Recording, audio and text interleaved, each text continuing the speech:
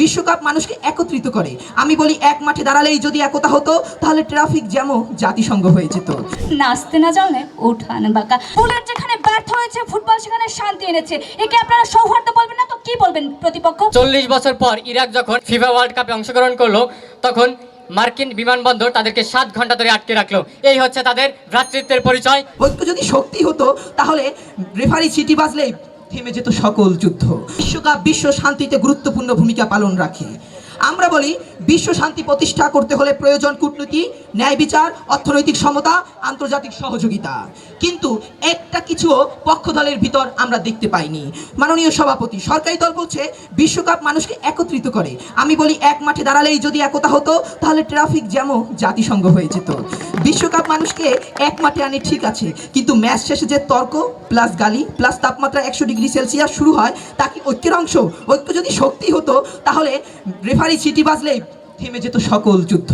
সম্মানিত সভাপতি, এই স্থানে দাঁড়িয়ে আজ আমি যুক্তিপূর্ণ তথ্য দিয়ে স্পষ্টভাবে প্রমাণ করে যাব যে ফুটবল বিশ্বকাপ বিশ্ব শান্তি ও আন্তর্জাতিক সৌহার্দ্য বৃদ্ধিতে গুরুত্বপূর্ণ ভূমিকা রাখে। মাননীয় মডারেটর, ফুটবল শুধু একটা চামড়ার গোলক নয়, এটা পৃথিবীর বুকে এক জাদুকরী শান্তির দূত। আমার পূর্ববর্তী বক্তারা দেখিয়ে গেছেন কিভাবে একটা টুর্নামেন্ট পুরো পৃথিবীকে এক ছাদের নিচে নিয়ে আসে। আর আমার প্রতিপক্ষ বন্ধুরা তারা এতক্ষণ তিলকে তাল বানিয়ে মাঠের ফাউলার দর্শকদের হট্টগোলকে বিশ্বযুদ্ধের তকমা দেওয়ার ব্যর্থ চেষ্টাই করে গেলেন। তাদের যুক্তি শুনে আমার একটা প্রচলিত প্রভাত মনে পড়ে গেল, নাচতে না জানলে উঠান বাঁকা। প্রতিপক্ষ বন্ধুরা আন্তর্জাতিক সৌহার্দ্যের মাহাত্ম্যই বুঝতে পারছেন না, কারণ তাদের কাছে ফুটবল মানে কেবলই 90 মিনিটের গোল করার খেলা। তারা ফুটবলের আসল স্পিরিটটাই অনুধাবন করতে পারেনি। মাননীয় মডারেটর, প্রতিপক্ষ আবেগ দিয়ে কথা বলেছেন, আর আমরা কথা বলবো অকট্ট তথ্য ও ইতিহাস দিয়ে। বিপক্ষ দলের বন্ধুরা মনোযোগ দিয়ে শুনুন। 2005 সালে যখন আইভরি কোস্টে ভয়াবহ গৃহযুদ্ধ চলছিল, তখন ফুটবল কিংবদন্তি দিদিয়ের এবং তার দল বিশ্বকাপকে কোয়ালিফাই করার পর হাঁটু গেড়ে ক্যামেরার সামনে দেশবাসীর কাছে যুদ্ধ থামানোর আকুল আবেদন জানান। যে কাজটি জাতিসংঘ বা বুলেট পারেনি, সে কাজটি ফুটবলের মাধ্যমে ওই দেশের এক সপ্তাহের ভিতরে যুদ্ধ থেমে গিয়েছিল। 1914 সালের প্রথম বিশ্বযুদ্ধের সময় যুদ্ধ ভাবাপন্ন ব্রিটিশ ও জার্মান সৈন্যরা মাঝের যুদ্ধ থামিয়ে কেবল ফুটবল খেলার জন্য অস্ত্র নামিয়ে রেখেছিল। এবং 2018 সালের শীতকালীন অলিম্পিক বা বিভিন্ন ফুটবল আসরে আমরা দেখেছি কিভাবে দুই চরম বৈরী দেশ একই পতাকার নিচে মার্চ করে। প্রতিপক্ষ বন্ধুদের কাছে আমার প্রশ্ন, বুলেট যেখানে ব্যর্থ হয়েছে, ফুটবল সেখানে শান্তি এনেছে। একে আপনারা সৌহার্দ্য বলবেন না তো কি বলবেন প্রতিপক্ষ?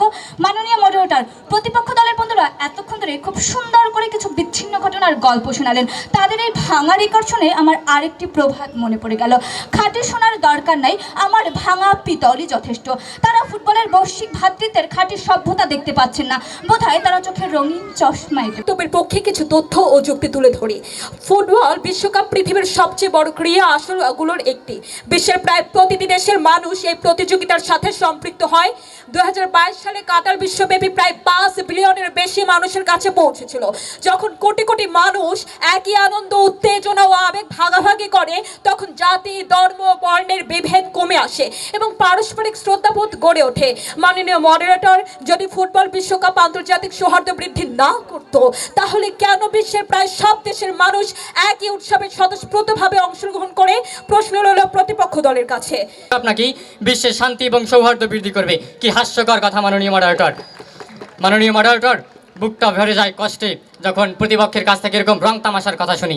আমার প্রতিপক্ষের বক্তার মধ্যে প্রথম বক্তা কিছুক্ষণ আগে বলে গেলেন বিশ্বকাপ নাকি বিশ্বের খেলোয়াড়দের মধ্যে সম্মান রক্ষা করে, অথচ আমরা গতকালকে নিউজে দেখলাম 40 বছর পর ইরাক যখন আন্তর্জাতিক ফিফা ওয়ার্ল্ড কাপে অংশগ্রহণ করলো, তখন মার্কিন বিমানবন্দর তাদেরকে 7 ঘন্টা ধরে আটকে রাখলো। এই হচ্ছে তাদের ভ্রাতৃত্বের পরিচয়, এই হচ্ছে তাদের সৌহার্দ্যের পরিচয়। মাননীয় মডারেটর, ফুটবল বিশ্বকাপ নিঃসন্দেহে বিশ্বের সবচেয়ে বড় ক্রীড়ার আসর, কিন্তু বড় আয়োজন আর বিশ্বের শান্তি যে এক বিষয় নাই, এটা প্রতিপক্ষকে কে বোঝাবে?